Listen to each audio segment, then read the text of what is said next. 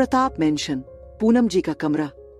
पूनम जी अपने कमरे में बैठी कुछ सोच रही थी कि तभी उस कमरे का दरवाजा खुलता है और उनके पति देवराज जी अंदर आते हैं।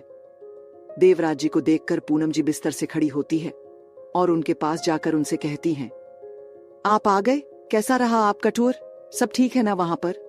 देवराज जी उनकी बात सुनकर मुस्कुराते हैं और उनके कंधे पर हाथ रखकर उनसे कहते हैं, जी पूनम, वहां पर सब कुछ ठीक है और हमारा बिजनेस भी ठीक है। उनकी बात सुनकर पूनम जी मुस्कुराती हैं और उनसे कहती हैं, आप बैठिए, हम आपके लिए पानी लेकर आती है।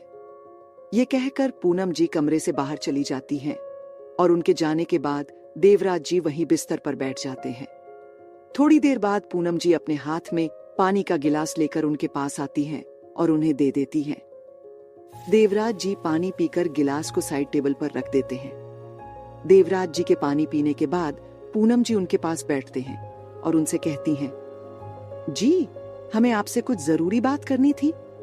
पूनम जी की बात सुनकर देवराज जी उनकी तरफ देखते हैं। उन्हें अपनी तरफ देखता पाकर पूनम जी हमसे कहती है, जी, हमें आपसे अभय की शादी की बात करनी थी। हम उसकी शादी करना चाहते हैं। पूनम जी की बात सुनकर देवराज जी के चेहरे पर जो मुस्कान थी वो गायब हो जाती है और वो थोड़े सीरियस होकर उनसे, किस मासूम लड़की को बर्बाद करना चाहती हैं आप? देवराज जी की बात सुनकर पूनम जी थोड़ी हैरान हो जाती है और उनसे कहती हैं, आप ऐसा क्यों कह रहे हैं? पूनम जी की बात सुनकर देवराज जी सामने देखते हैं और उनसे सीरियस होकर कहते हैं, सही तो कह रहा हूं। क्या आप नहीं जानती कि आपका बेटा लड़कियों से कितनी नफरत करता है? ऐसे में आप उसकी शादी करना चाहती हैं ताकि वो उस लड़की की जिंदगी को नख बना दे। फिर देवराज जी थोड़ा रुककर कुछ सोचते हैं और पूनम जी की तरफ देखकर उनसे कहते हैं, एक मिनट, कहीं आप राजेश की बेटी की बात तो नहीं कर रही है? अगर आप ऐसा सोच भी रही है तो अपना फैसला बदल दीजिए, क्योंकि हम मिले हैं उस बच्ची से। वो बहुत मासूम है। मैं नहीं चाहता कि उस मासूम की जिंदगी आपके लाडले के साथ शादी करने से बर्बाद हो जाए। पूनम जी देवराज जी की बात सुनकर पूनम जी की आंखें थोड़ी सी नम हो जाती हैं। वो फिर भी अपनी आंखों की नमी को साफ करती हैं और देवराज जी के कंधे पर हाथ रखकर उनसे कहती हैं, देखिए, हम जानते हैं कि अभय लड़कियों से नफरत करते हैं। लेकिन इससे आगे पूनम जी कुछ कह पाती तभी देवराज जी उन्हें रोककर उससे कहते हैं, लेकिन क्या सब कुछ जानने के बाद भी आप उनकी शादी कराना चाहती हैं? अरे किसी और का ना सही, कम से कम अपनी दोस्त के बारे में ही सोचकर रुक जाइए। जब उन्हें पता चलेगा कि आप उनकी फूल सी बच्ची की शादी अपने हैवान बेटे के साथ करना चाहती हैं, तो क्या बीतेगी उन पर? देवराज जी की बात सुनकर पूनम जी उन्हें समझाते हुए उनसे कहते हैं, देखिए, हम जानते हैं कि अभय लड़कियों से नफरत करते हैं, लेकिन मुझे पूरा विश्वास है कि उनकी शादी होने के बाद वो बदल जाएंगे। लड़कियों के प्रति उनकी जो नफरत है वो कम हो जाएगी। अभय ने हमसे वादा किया है कि वह शादी करेंगे और अपनी जिंदगी को एक और मौका देंगे। जब अभय अपनी जिंदगी में खुद आगे बढ़ना चाहते हैं तो आप क्यों मना कर रहे हैं? पूनम जी की बात सुनकर देवराज हैरान हो जाते हैं और उन्हें हैरानी से देखते हैं और उनसे कहते हैं, क्या कहा आपने? अभय ने शादी के लिए हाँ कर दी तो जरूर उसके दिमाग में जरूर कुछ ना कुछ चल रहा होगा, इसलिए उसने शादी के लिए हाँ कर दिया है। देवराज जी की बात सुनकर पूनम जी उनके सामने घुटनों के बल बैठ जाती है और उनका हाथ पकड़कर उनसे कहते हैं, ऐसा नहीं है। अभय ने हमें वादा किया कि वह शादी करेंगे और जिंदगी को एक मौका देंगे। प्लीज आप मान जाइए। अभय हमारा बेटा है, उस पर थोड़ा सा विश्वास कीजिए। पूनम जी की बात सुनकर देवराज जी उसके हाथों पर हाथ रखते हैं और उसे देखते हुए उससे कहते हैं, अभय हमारा बेटा है, तभी हम ये कह रहे हैं। हम उसे अच्छे से जानते हैं।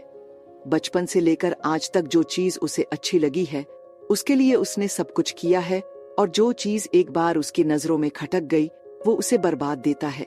हमें डर है कि कहीं राजेश की बेटी यहाँ आकर अभय के साथ शादी कर कर उसकी जिंदगी बर्बाद ना हो जाए। हमें उस मासूम बच्ची की फिक्र है, हम इसलिए ये सब कह रहे हैं। पूनम जी उनकी बात सुनकर उन्हें समझाते हुए उनसे कहती हैं, हमें भी फिक्र है उनकी। आखिर वो हमारी दोस्त की बेटी है। हम भी उनसे उतना ही प्यार करते हैं जितना आरव, अभय और संध्या से करते हैं। और हमें पूरा यकीन है कि वह हमारे बेटे को बदल सकती है, उनमें बदलाव ला सकती है। बस आप एक बार शादी के लिए मान जाइए, किसी और पर नहीं तो ना सही, कम से कम हमारे विश्वास पर ही विश्वास रख लीजिए। हमने आज तक आपसे कुछ नहीं मांगा, बस एक चीज मांग रहे हैं, इस रिश्ते के लिए मान जाइए प्लीज। ये सब कहते वक्त पूनम जी की आंखों से आंसू बह रहे थे। देवराज जी पूनम जी की आंखों में आंसू देखकर अपनी आंखें बंद करके एक लंबी सांस लेते हैं और अपने हाथ से उनके आंसू पोंछकर उनसे प्यार से कहते हैं, ठीक है, हम इस रिश्ते के लिए तैयार हैं, भरोसा करते हैं आपके विश्वास पर। लेकिन अगर शादी के बाद उस बच्ची के साथ कुछ भी गलत हुआ तो पूनम, हम इसके लिए आपको कभी माफ नहीं करेंगे। देवराज जी की बात सुनकर पूनम जी अपने हाथ से अपने आंसू पोंछती है और खड़े होकर उनसे कहती हैं, आप फिक्र मत करिए, हम उस बच्ची के साथ कुछ गलत नहीं होने देंगे। देवराज जी पूनम जी की बात सुनकर मुस्कुराते हैं और उन्हें बगल में बैठाकर उनके हाथ पर हाथ रखकर उनसे कहते हैं, तो बताइए कब चलना है रिश्ते की बात करना उनके पास। देवराज जी की बात सुनकर पूनम जी मुस्कुरा देती है और उनसे कहती हैं, कल मैं अपनी दोस्त को आज शाम को फोन कर दूंगी, तो फिर सारी तैयारी कर कर कल हम अभय के साथ जाकर शादी की तारीख तय कराएंगे। पूनम जी की बात सुनकर देवराज जी मुस्कुराते हैं और उनसे कहते हैं, ठीक है, आप खाना लगाइए, हम फ्रेश होकर मसते हैं। ये कहकर देवराज जी वॉशरूम में चले जाते हैं। देवराज जी के जाने के बाद पूनम जी खुशी से भर जाती है और खुद से कहती है, हम कल जाकर रिश्ते की बात करेंगे, फिर इसी साल में शादी करवा देंगे, ताकि हमारा बेटा अपने अतीत से बाहर निकले और अपनी जिंदगी को फिर से जीना शुरू करे। ये कहकर पूनम जी कमरे से बाहर चली जाती है। रात का वक्त, चाची का घर। सांची और श्री हॉल में सोफे पर बैठकर अपने कोलाज का काम कर रहे थे। नीलम जी किचन में सबके लिए खाना बना रही थी और अद्विक अपने कमरे में बैठा अपना जॉब के कुछ पेपर्स स्टडी कर रहा था। तभी दरवाजे से 40-45 साल का आदमी आता है और उन लोगों से कहता है, सरप्राइज। उस आदमी की बात सुनकर सब लोग दरवाजे की तरफ देखती है। जब सब लोग दरवाजे की तरफ देखते हैं तो उस आदमी को देखकर सब खुश हो जाते हैं और सांची और श्री भागकर उसके पास जाती है और उस आदमी के गले लग जाती है। वो आदमी भी उन दोनों को कसकर गले लगा लेता है और उन दोनों से कहता है, कैसी है मेरी गुद्दिया और मेरी प्रोफेसर। श्री और सांची उस आदमी की बात सुनकर उससे अलग होती है और श्री उस आदमी से कहती है, अच्छे हैं बाबा, आप बताइए आप कैसे हैं और आपका सफर कैसा रहा। तो ये है सांची और श्री के पिता राजेंद्र मिश्रा। राजेंद्र जी एक बड़ी कंपनी में मैनेजर है जो अपने परिवार से बहुत प्यार करते हैं। श्री ये कह ही रही थी कि तभी सांची अपने बाबा का हाथ पकड़ दिए उनसे कहती है, बाबा वो सब छोड़ दिए, पहले ये बताइए कि आप मेरे लिए क्या लाए हैं। सांची की बात सुनकर उसके बाबा मुस्कुराते हैं और अपना बैग खोलकर उसके हाथों में एक बॉक्स रख देते हैं। सांची उस बॉक्स को देखकर खुश हो जाती है और उनके गले लग जाती है। तब तक नीलम जी और अद्विक भी अपने कमरे से बाहर आ जाते हैं। नीलम जी राजेंद्र जी को देखकर पानी का गिलास लेकर उनके पास जाती है। राजेंद्र जी उनसे पानी का गिलास लेकर पीते हैं और अद्विक उसके पास आकर उनके पांव छूता है। फिर पूरा परिवार बैठाकर कुछ देर बातें करता है। फिर वो सब खाना खाकर अपने कमरे में सोने चले जाते हैं। नीलम जी भी किचन का काम खत्म कर अपने कमरे की तरफ चल देती है। नीलम जी अपने कमरे की तरफ जा ही रही थी कि तभी हॉल में रखी लैंडलाइन फोन बजता है। लैंडलाइन की आवाज सुनकर नीलम जी रुक जाती है और हॉल की तरफ अपने कदम बढ़ा देती है। नीलम जी हॉल में आकर फोन रिसीव करती है।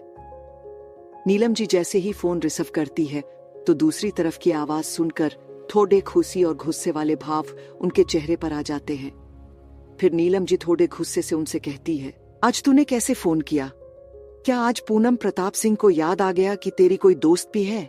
पूनम जी नीलम जी की बात सुनकर थोड़ी उदास हो जाती है और उनसे माफी मांगते हुए उनसे कहती है, नाराज है इतनी कि पूनू कहने के बजाय पूनम कह रही है। पूनम जी की बात सुनकर नीलम जी कुछ नहीं कहती है। पूनम जी नीलम जी को कुछ न बोलता देख उनसे कहती है, अच्छा ठीक है, माफ कर दे, और ये गुस्सा छोड़ दे और मेरी बात सुन। मेरे पास तेरे लिए एक खुशखबरी है, और वो ये है कि कल मैं, देवराज जी और अभय तेरे घर श्री को देखने आ रहे हैं, तो तू कल श्री को कोलाज मत भेजना, ठीक है? पूनम जी की बात सुनकर नीलम जी खुश हो जाती है और उनसे कहती है, तू सच कह रही है? तू कल सच में आ रही है? नीलम जी की बात सुनकर पूनम जी उससे कहती है, हाँ हम सच कह रहे हैं, हम कल अपनी अमानत तुमसे लेने आ रहे हैं। गिर वो दोनों कुछ देर बात करती है और फोन रख देती है। नीलम जी फोन रखकर खुश होकर अपने कमरे की तरफ चली जाती है। अब क्या होगा जब श्री अभय को देखेगी? क्या वो करेगी अभय से शादी? जानने के लिए सुनिए नेक्स्ट चैप्टर।